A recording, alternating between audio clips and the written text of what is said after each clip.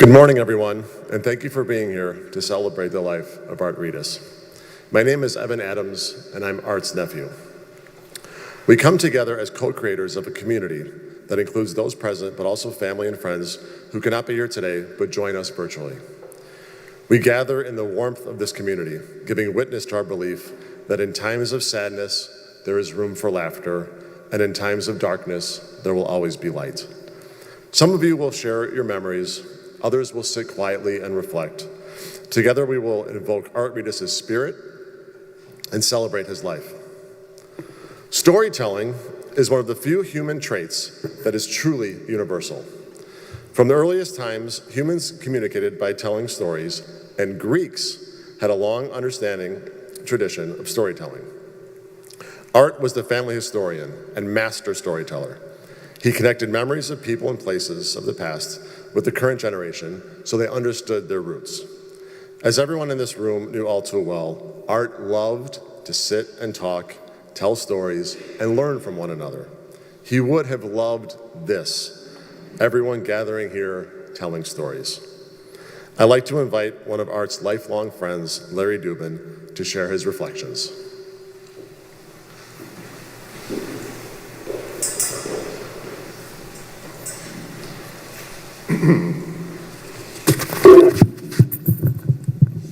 Good morning to everybody.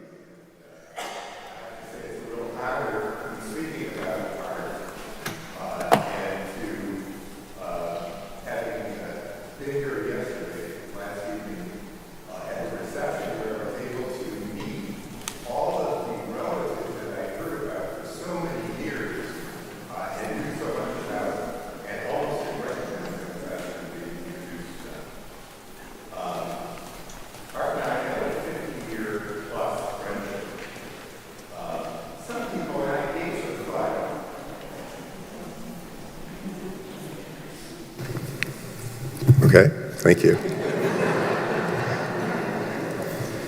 I gave a lot of thought about what I had to say here today briefly about art. Some people would start off by saying, art, a life well lived. And I thought, well, that's an objective way of viewing someone's life, not from the person themselves, but from a more objective perspective of what others would describe that life to be. I have to say my preference when it came to art was a more subjective view, a view of what did life mean to art. And I can only speculate, but what I would say is it would be a life that he perceived to have enjoyed greatly. And the word enjoyed has the word joy, because Art was someone who got a lot of joy out of life. Art was a whisper of grace in a noisy world, a gentle soul with a genuine laugh, and a mind ever so curious, a life mission to bring people together to learn from each other. That was Art, summing it up. Over the last 50 years plus, Art's been one of my closest friends. It was a friendship that transcended the ordinary. It was a deep, honest, and enriching relationship. Art, who was soft-spoken and good-humored and open-minded, had an insatiable appetite to learn about subjects that interested him, from books, politics, travel, the environment, interviewing other people who were willing to be interviewed by him. The city of Naples and its residents benefited greatly when Art Ritas moved here from Michigan.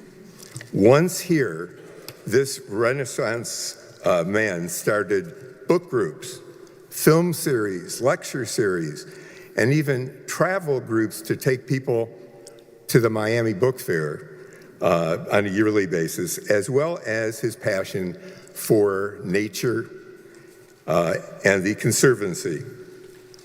I met Art shortly into the 1970s. At that time, there was a lot going on in our society, and Art decided that he wanted to start a men's group No one had ever heard of a men's group. There were women's groups all over the place, but he thought a men's group was necessary so that we could discuss our thoughts and feelings about the changes that we were experiencing through the women that we had in our lives. And so we started meeting and met for a number of years. And I think that on the whole, it certainly helped us gain an appreciation not only for the movement for women, but for the changes that were necessary for the men in the group that would ultimately be beneficial to us. When we met, Art was an English professor at Macomb Community College. I was at the stage of my life of being a practicing lawyer, which I had now, at that point, been doing for probably about 4 or 5 years. Art would frequently invite me to be a speaker at his college. And these were events that were open not only to his students, but to the community at large. After a few years of doing this, I basically became hooked by Art's expansive notion of the way he viewed his job of teaching students, not just to appreciate literature as an English professor, but also to expand their knowledge about many different subjects. Art's open-minded intellectual thirst over time had a major impact on me. After 8 years of practicing law, becoming a partner in a law firm, I decided to follow Art's journey. And I left practicing law and joined a faculty in Detroit, a law faculty, from where I retired 45 years later, and found it to be a very satisfying career. So Art, like with many others in his life, was that quiet leader who didn't grab you by the arm and kind of push you along, but led by example. For my recent birthday, I won't tell you the number there. I'm still trying to deal with that. But for my recent birthday, Art sent me a poem that he wrote, a fairly long poem. I was really touched by it, and I hung it right over my desk. In one paragraph, he acknowledged my career for change, which I believe, was a significant role model. He said this: "Over the years, you've changed lanes from one paved with dollars to an untrodden path that guides men of law toward the right thing." Art's focus in life, his compass, was mentioned, although it was never clearly visible to me at the time.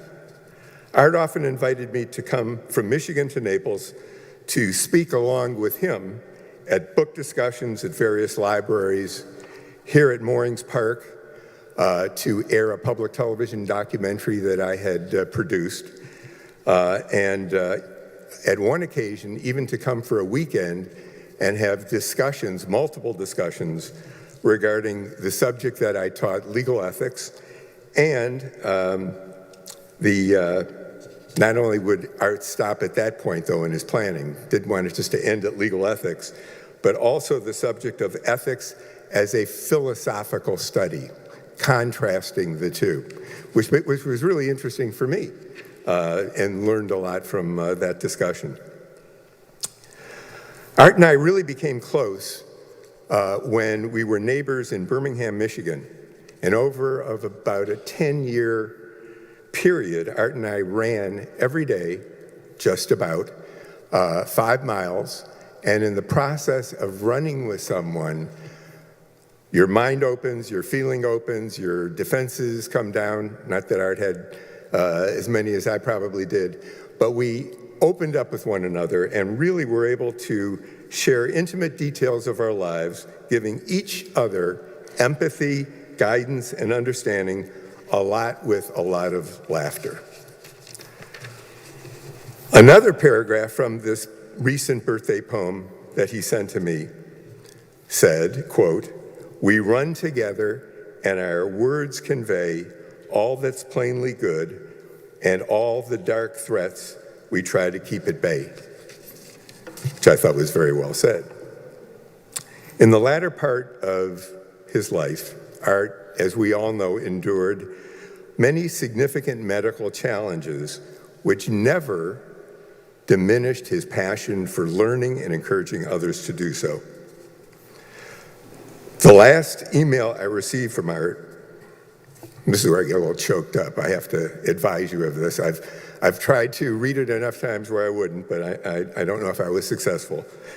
But shortly before Art passed away, he had recent surgery, and he mentioned in a note that he sent out right after, fairly short time after this, that Susan, Cassandra, her husband Josh, his sister Evie, and her children Nicole and Evan were all at the hospital. And he said their love and support saw me through.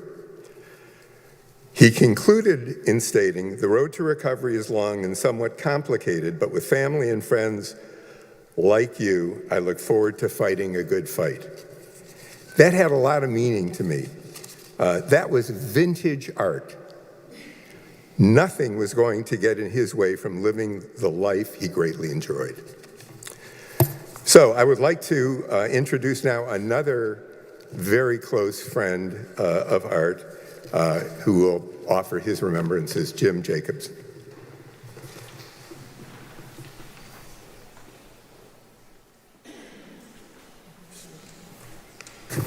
Thanks, Larry.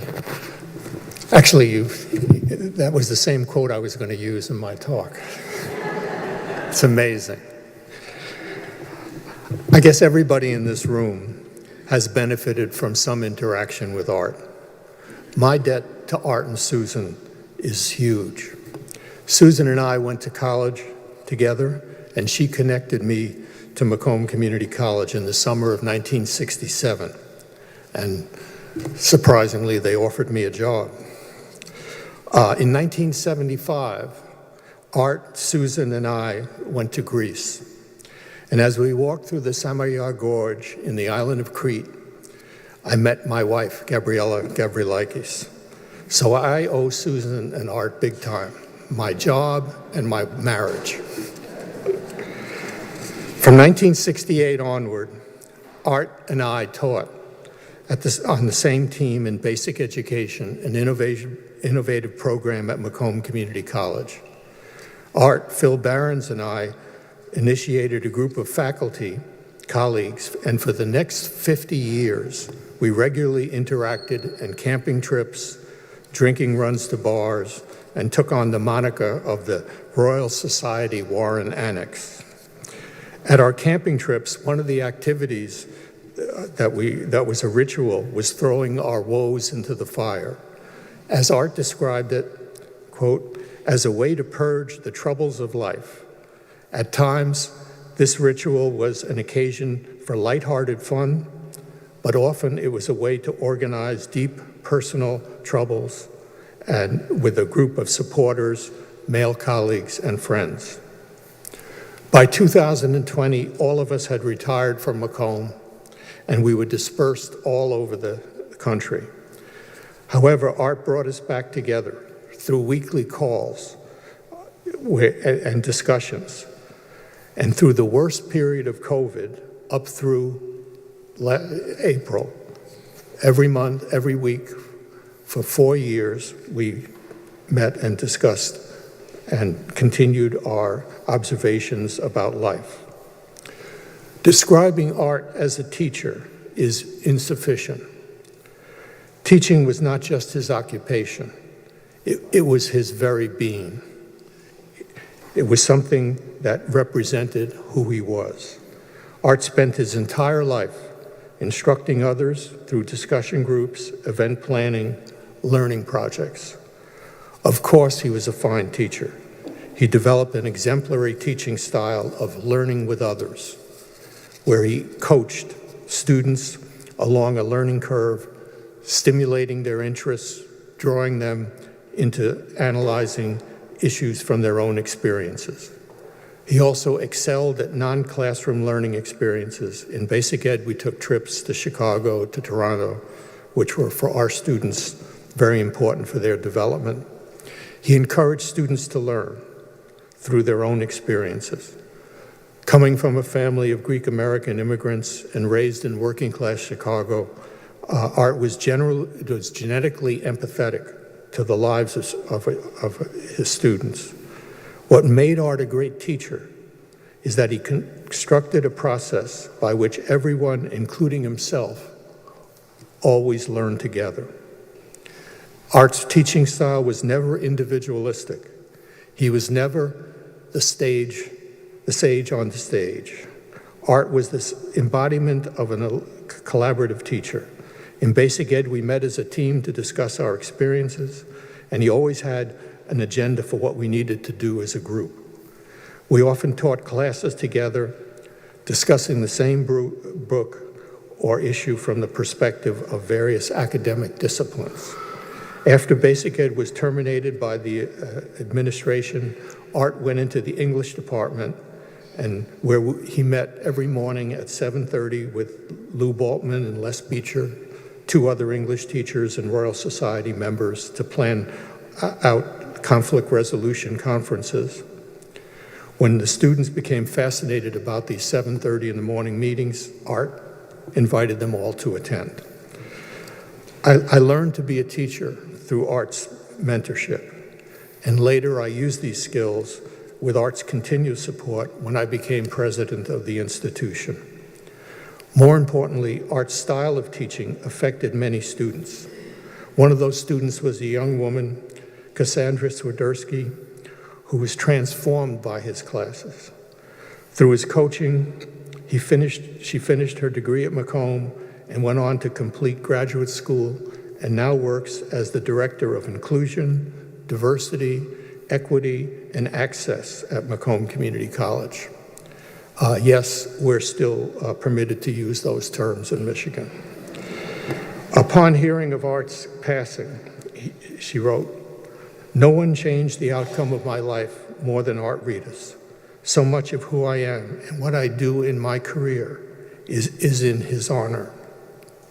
I don't have time to read many of the other thoughts of former Macomb faculty, staff, and students about what Art did to their careers and their development. But as Larry mentioned, Art was a Renaissance person. He was an English teacher. His curiosity and learning drove him into many other fields. In a sense, his retirement from Macomb and move to Naples allowed him to break out of the rigidity imposed by the academic discipline. In retirement, he used the same teaching skills to organize trips to the Miami Book Fair, becoming a boat captain at the Conservancy of Southwest Florida, and serving on an amazing number of education committees at Moorings Park. In a real sense, he never retired. He never left teaching. Naples became his classroom, and his subject matter just expanded, and many of you were his students. Of course, there were some downsides to being a great teacher. Art's openness to so many things often sidetracked him into spending too much time reading, writing, and conversing with all sorts of marginal characters. He rarely dismissed a thought without discussing it, and never cut off ties with people who had no idea what they were doing. This sometimes drove people like me a little crazy. I was a 1960s radical who came to Macomb to change the world. I'd often tell Art, "Why are you wasting time with this drivel and listening to these morons?" He would just put on his Zen-like smile and justify his activities by referring to some small pearl of value in that interaction. He believed that only through dialogue and taking on all points of view did truth come out. This clearly was a strategy in our Royal Society weekly calls. For the last 4 years, every Friday afternoon at 4 o'clock, we discussed many personal and social issues, examined novels, films, poems, and reevaluated our experiences at Macomb. Through that process, we not only resurrected our old friendships, but I believe these sessions made us closer than when we all taught together. These calls also revealed a lot about Art. two things stand out. Art's love for Susan and his family, Cassandra, Josh, Atticus, Mabel, and his relatives from Chicago. They were all part of his life in an organic way. He spoke of them many times. I often felt almost related to his uncle, Dr. George. When we learned about his good friends at Naples and Moorings Park, he would tell us of his activities, and he brought many of you in as subject matter experts. Art was firmly grounded. He knew who he was. Second, as Larry mentioned, despite some major health challenges, he never complained, never initiated a conversation about his health issues, never used health as an excuse for missing a meeting or not being able to participate in a group. In fact, when he missed our last scheduled meeting on April 26th, 5 days later, he wrote an encouraging note. The road to recovery is long and somewhat complicated, but with family and friends like you, I look forward to fighting the good fight and more soon. Unfortunately, for all of us, Art never made it. So what do we do when our teacher is gone? I don't have all the answers, but I think we start by doing what we're doing today, celebrating his importance to his family, his friends, and his community as a start. We're saddened by his passing, but honored to have walked with him and learned from him. It seems to me the next stage is to continue onward, to be curious and open to all things he held dear, while at the same time bond together with family and friends to use this knowledge to make our lives and the lives of others better. I know Art would want that to happen. So, our Royal Society will hold its first phone call this Friday at 4 o'clock. It will be different without him, but in the long run, it'll be better for all because of all the things he taught us. I would encourage all of you to continue to doing the same. Goodbye, my dear friend, Aristides. And now I'm going to introduce Jim Perlman, who is the emeritus rabbi at one of the local temples. Jim.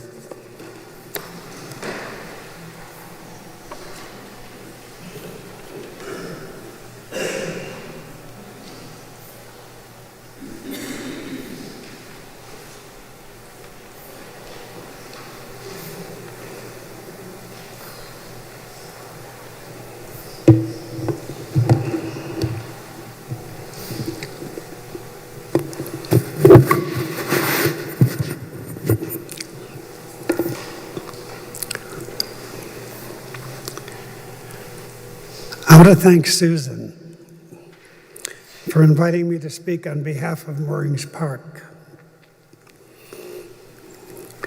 Art was my neighbor and one of my first friends here. We once decided that since we came from two ancient peoples, he loved his Greek heritage and I loved being Jewish. And we both loved being an American, at least the America we grew up in, that we understood each other on a very deep level. Art wanted everyone to understand each other. Losing someone here at Moorings Park is a personal experience. Everyone.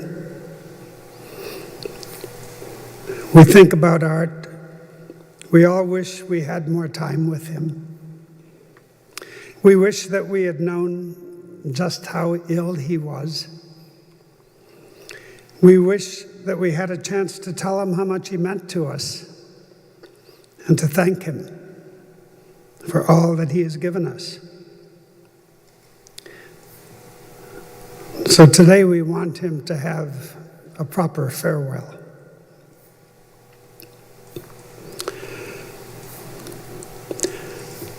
To everything, there is a season and a time to every purpose under heaven.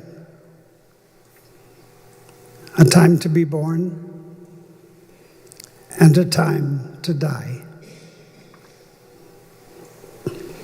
Sadly, this was his time. And Memorial Day seems appropriate. Most of us in Moorings Park, probably all of us in Moorings Park, only knew Art Ritas in recent years. He was Susan's husband. And because we've known him only a brief time, our loss seems more immediate because it just happened 3 weeks ago. It feels like we've lost a member of our family, and in a way we have. Our close community is very much like a family, and right now, one of our dearest members is no longer at the table, or at least no longer at the microphone. Art Ritas occupied a unique position. He was the Minister of Culture for Moorings Park. He got others to speak about their life journeys and occasionally spoke about his own. But there's more. Our friend Carol McCann said Art Ritas was a catalyst. A catalyst, if you may recall from chemistry in high school, is something that makes a chemical reaction happen, but without itself being changed. He made things happen. What he managed to do was remarkable. And he, like the catalyst, remained constant and consistent and reliable.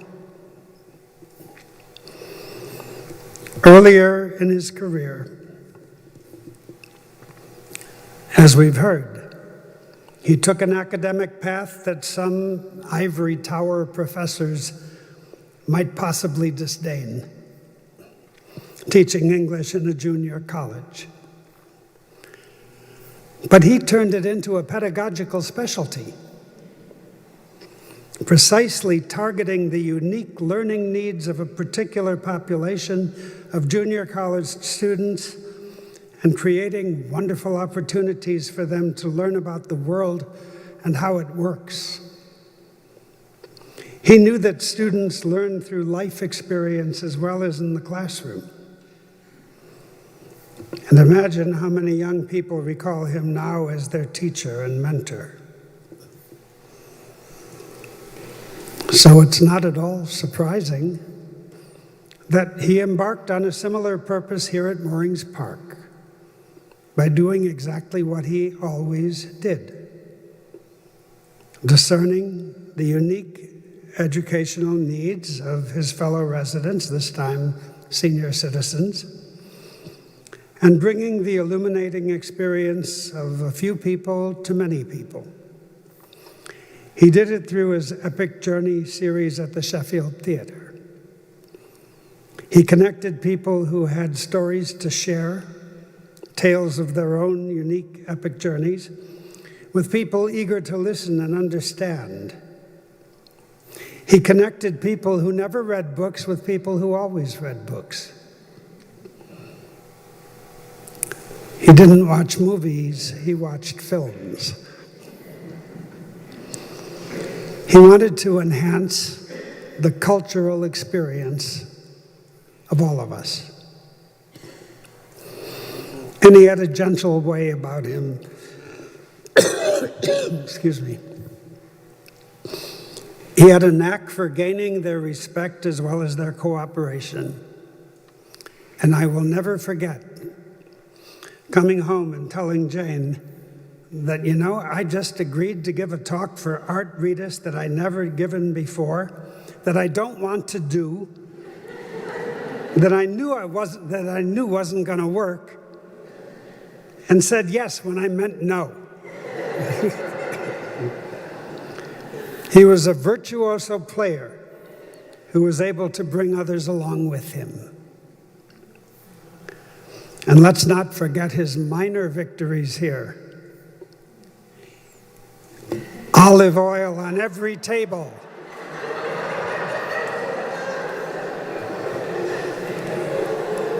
He got the park grill to agree. Clubhouse and trio, not so much. A few of us had a standing lunch date at the park grill, the first Thursday of the month. It was a half a dozen fellows convened by Artie, struggling to stay on topic for a whole hour. And Art immodestly dubbed it the Socratic lunch, and Socrates would have had a good laugh. So where'd this all come from? His was a great American story. He managed to combine a Midwestern outlook with his family's ancient Greek heritage. He was a man who knew himself. The CHL recently hosted a photo exhibit of residents' work, and Art's photographs were on display. And among them was a photo of himself as a much younger man at the famous Greek Orthodox monastery on Mount Athos. He was a thoughtful young man, beard, sandals.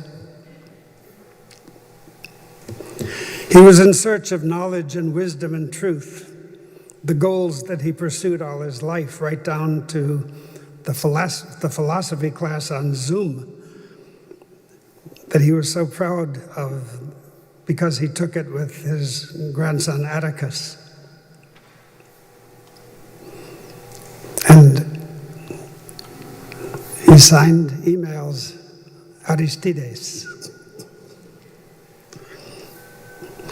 So what do we do now? Realistically, he is no longer in our lives physically. But the poet gives us an answer.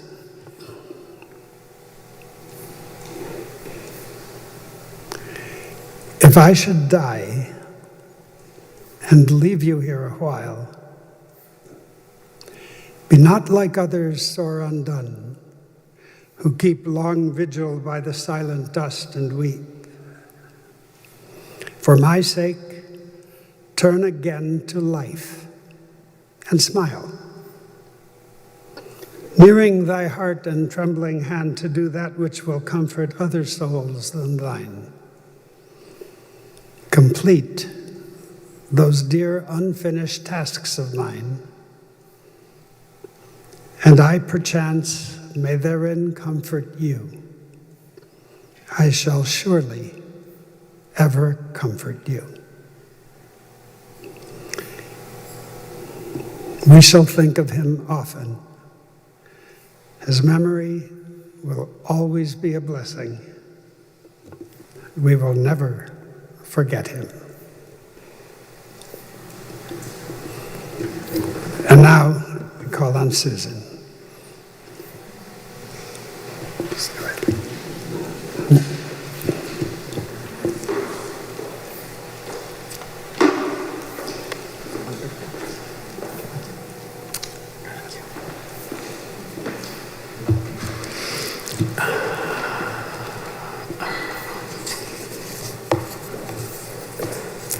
I thought before I read a poem, I would just like to say that, Art was an excellent writer, including of poetry, and there's been some reference to that today. And this past year, our annual holiday letter was a poem.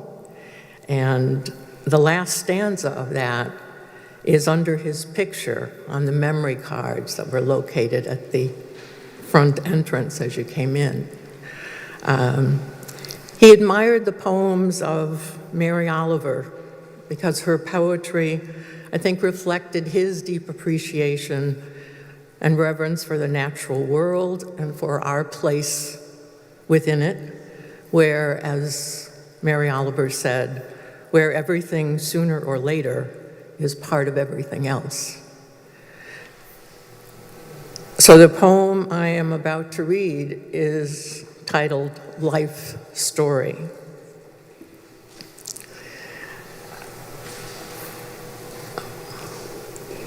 That doesn't help, okay.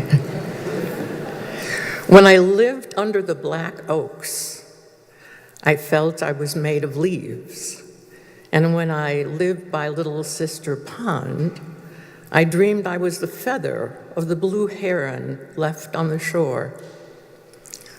I was the pond lily, my root delicate as an artery, my face like a star, my happiness brimming.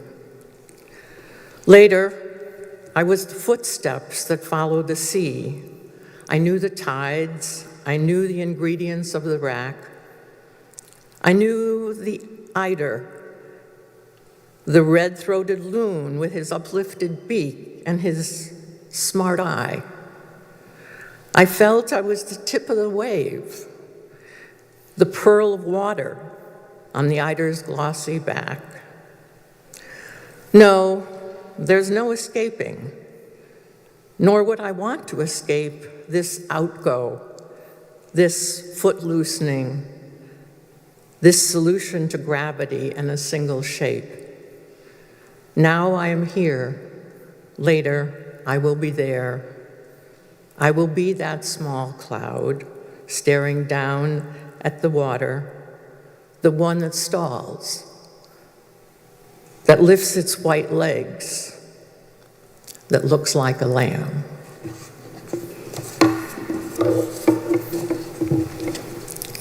And now I'd like to turn this back to Evan Adams, a beloved nephew, who will say a few words.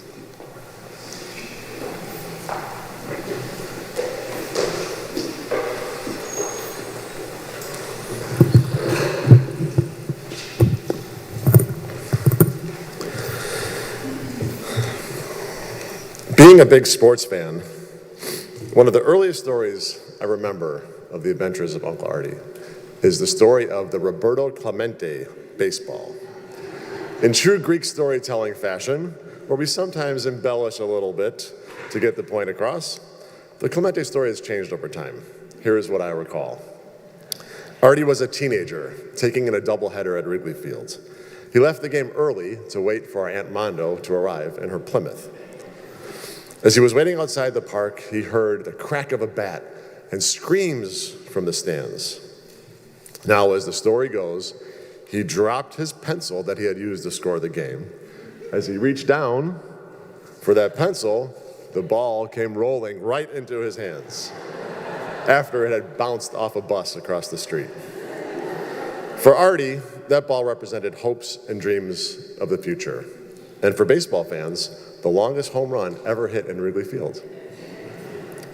A few months ago, I was talking to Uncle Artie about raising kids and worrying about ensuring that they know how to persevere when things weren't going right. And always a lesson to be given. He shared a childhood story from when he was a stock boy at Ryback Drugstore. As my mother can attest, her brother was, well, a sort of clumsy teenager. One day, his boss looked at him and said, "Arthur, Arthur, Arthur, you will never amount to anything." Well, Mr. Ryback, I think those of us in this room today would disagree with you. Even with all his accomplishments, Artie never took himself too seriously. Artie told the story that after waking up from his accident in 2009, he opened his eyes, and according to him, he saw 3 angels: Susan, Cassandra, and my mom. When I think about Uncle Artie, I also think of Aunt Susan. She has been his rock, and the way she has looked after him was beautiful. They traveled, they learned and loved each other for 40 plus years, and I'm so thankful for the memories you created and the way you loved him. Artie and my mother had a beautiful relationship. Nobody knows your shared history like someone who you grew up with, and their relationship is one I strive to have with my sisters. In high school, when Artie had a paper due, he'd wait until the last minute and have my mom sit at the typewriter late at night, and he would dictate. You'd think the story would end when he graduated high school, but only a few weeks ago did Artie dictate some of the emails to my mom that were referred to earlier. Watching Cassandra care for my uncle was a beautiful thing. You could see the depths of their relationship at every turn. With grace and beauty, Cassandra navigated the hospital staff and made sure her dad was getting the best. Cassandra, he left this world so proud of you and so loved. Artie was a lifelong learner, and his thirst for knowledge is what drove him each day. He loved learning about other cultures and had a genuine curiosity to understand the world around him. Some would move into retirement and piddle around the house, but Artie and Susie had busier social lives than anyone I knew. We'd come to Florida and ask what they had going on. Oh, not too much. Susan has a conservation advocacy meeting. I have a book club, then a Scrabble Zoom with Cassandra, and then a lunch date, and so on. But the thing was, when Artie was with you, he was totally focused at the conversation at hand. If you think about your relationship with Artie and the stories you've heard today, the common thread is that much of his life was in service of others. Whether it was teaching, advocating for a particular topic, or telling family stories and history, Art wanted to connect people. I can't tell you how many times I'd be eating dinner here at the Moorings with Artie and Susie, and he'd say, "Do you see that man or woman over there?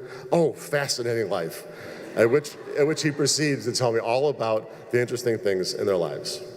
I was excited to meet Larry Dubin and Jim Jacobs because I've been hearing about these guys for 30 years.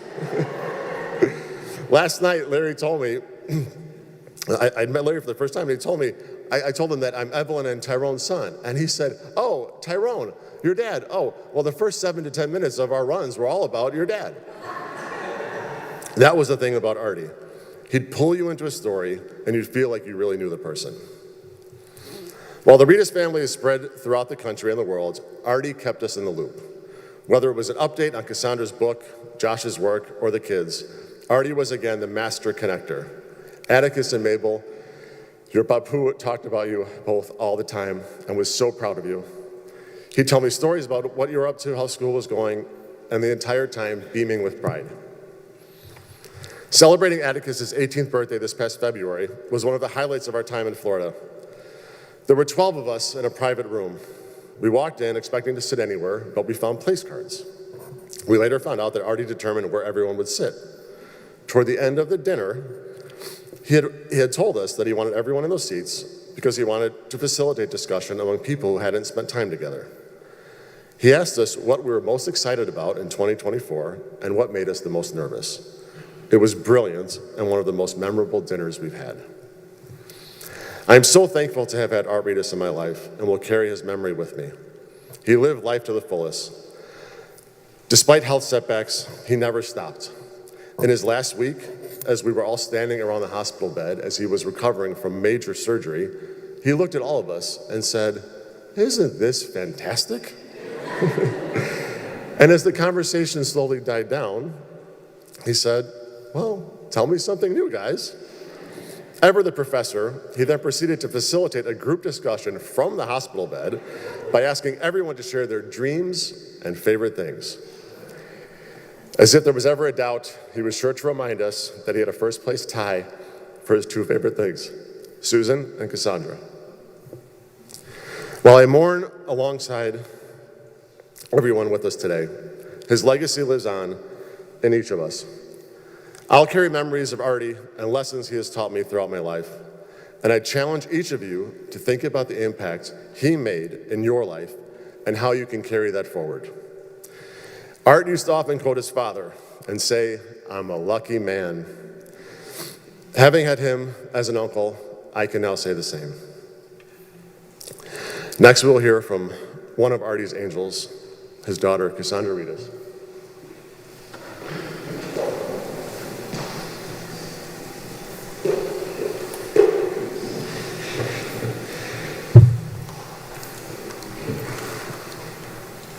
I think Dad would appreciate I'm using an iPad for my talk. It was rarely without his.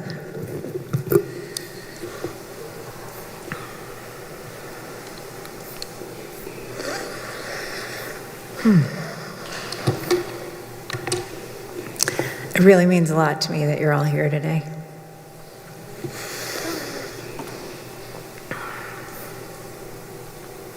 My father would find me remiss if I did not point out the fact that it was our ancestors, the ancient Greeks, who originated the practice of eulogizing, the practice of praising with speech. And since this is a speech of praise, it is only right that I speak about my dad and his role as a father. It's no coincidence that he was a Capricorn, because he was the GOAT, the greatest of all time, though he would never say so himself. My biological parents separated when I was very young. It was the 1970s, and while there was a provision for joint custody in the Michigan Child Custody Act of 1970, my case was a landmark. My father fought to keep joint custody of me, even across state lines. And as difficult as that may have been for me as a child, it is the reason that I have a bond with my father today, and that I am blessed to have two mothers with whom I am incredibly close. I have many fond memories of my childhood, regular trips to the Detroit Zoo and to the homestead in northern Michigan. We fished for perch, trout, and bass, attempted to fish for salmon every year. Finally, one year, my dad hooked a big one and called me to get the net. I ran along the riverbank and scooped up the catch just as the hook popped out of its mouth. A team effort, like so many of my dad's endeavors. My father was always interested in the natural sciences as well as literature. I remember vividly the detailed model of the human head that we put together when I was 6 years old, gluing one piece a day on for weeks. I remember the excitement I felt each day when it was time to add another piece to the head. I remember the smell of Macomb College, where he and Mom took me frequently, traveling through the catacombs from building to building in winter, being dropped off at the testing center to amuse myself with Scantron tests, sitting in on classes where at every age I was a welcome participant. We went bowling every Friday after school, and when I was older, played racquetball together. Dad taught me to take risks, to collaborate with others, and to appreciate the transformative power of encouragement. Once when we were at the homestead, Dad invited me to go on a sunfish, a tiny little sailboat, and I was uncertain. "Trust me, Cass," he said. We went out into the bay, whipping along on the wind. When we were well away from shore, Dad attempted to come about and capsized. Some of you may know from experience that Lake Michigan is a profoundly cold lake. As Dad struggled to right the boat again and again, I shouted, "You can do it, Dad!" But privately, I was thinking, we are going to die. With my encouragement, he did nearly the impossible, righting the ship sail and all, diving down to find the dagger board that balanced the ship and allowed it to float. We made it back to shore, much to my very worried mother's relief. My father never stopped fighting for our relationship, even when I was very challenging as a teenager, even when I was very depressed as a young adult. He has approached me with curiosity, admiration, and love. I'm sure some of you have experienced this singular mix.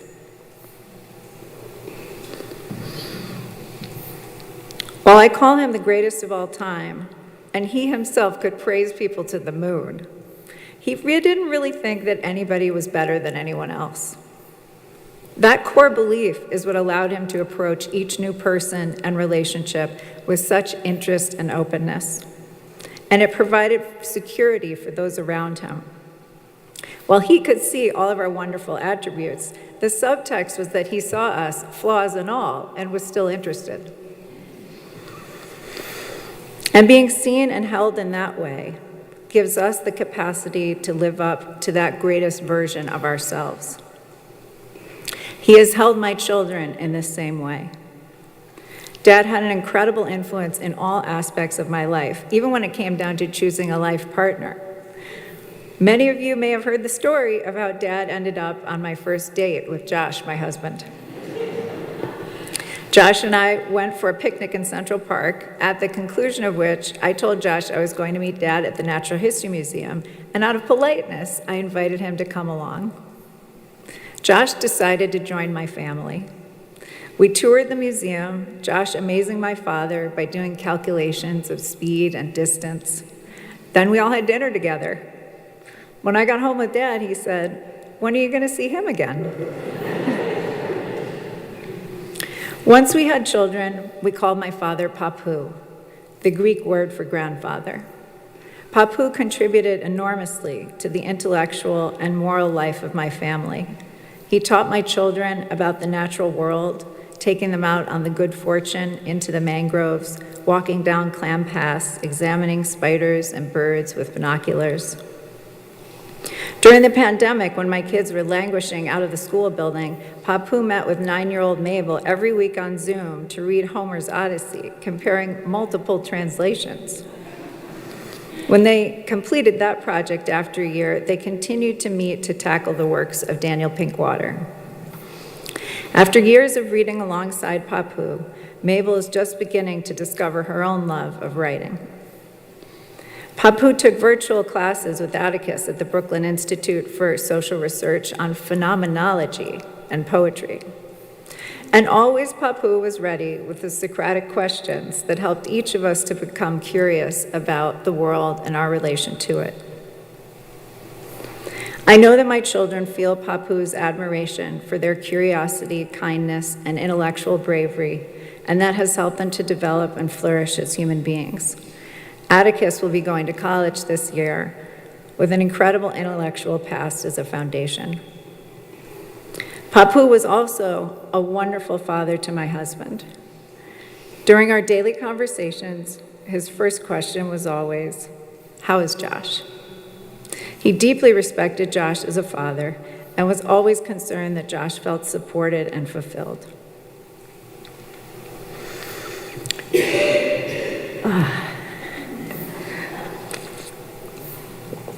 It is so appropriate then that our family call, the sound we make when we have lost track of someone in the woods or the city, is Papu. It's designed as a call and response. You send out a Papu, and you wait to hear a Papu back. This is how we locate each other. It evolved years ago because my father did have a tendency to get distracted and wander off while we were traveling together. Now that he is gone, it rightfully remains our homing beacon. Papu.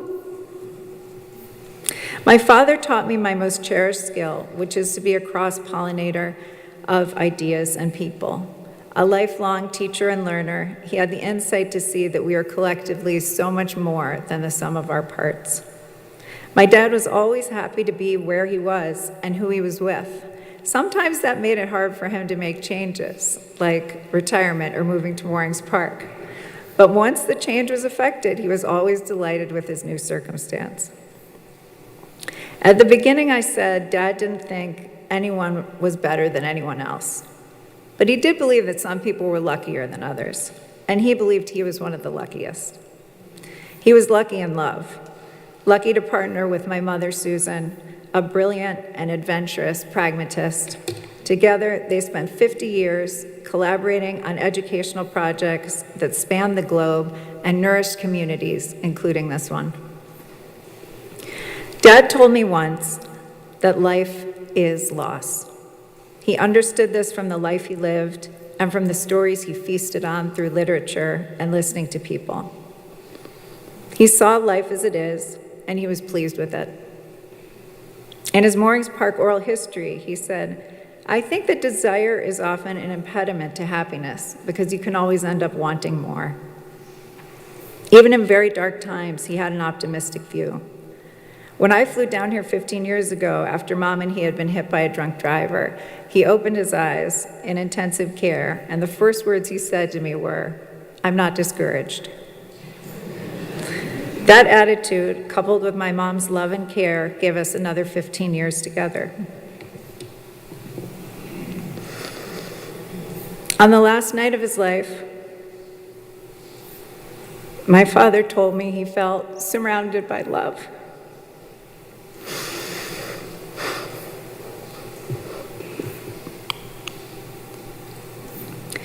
It was his genius to see that love is the most important final lesson. Some of you may know that I called him every day, and we played Scrabble twice a week. While he looked forward to these calls, I also relied on them. I was always happy to hear about his busy life and to bask in his unwavering approval for everything I did. And it will be very hard to live without that.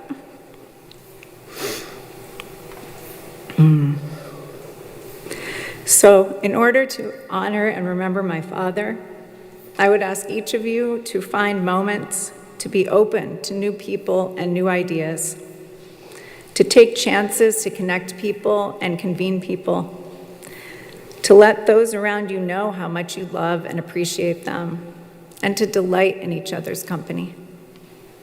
Thank you again. It's so meaningful that you're here.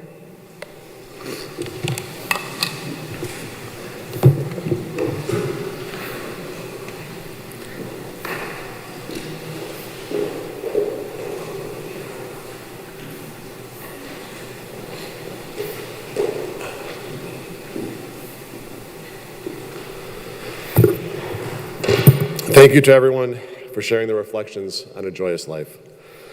A parting thought I wanted to share. The dead are not dead if we have loved them truly. In our own lives, we can give them a kind of immortality. Take a moment to remember what you admired most about art. Now imagine incorporating that quality, that gift, into your own life. May his memory be eternal. We'd like to thank everyone for attending, and would like to invite everyone to the Seasons Dining Room in the clubhouse to share stories and memories over food and drink, and hopefully some olive oil for our bread. The Seasons Dining Room is adjacent to the larger clubhouse dining room and can be accessed from the main entrance or from the side entrance on the south side. Parking is expected to be tight due to a Memorial Day event, so please take the trams or carpool. Thank you all.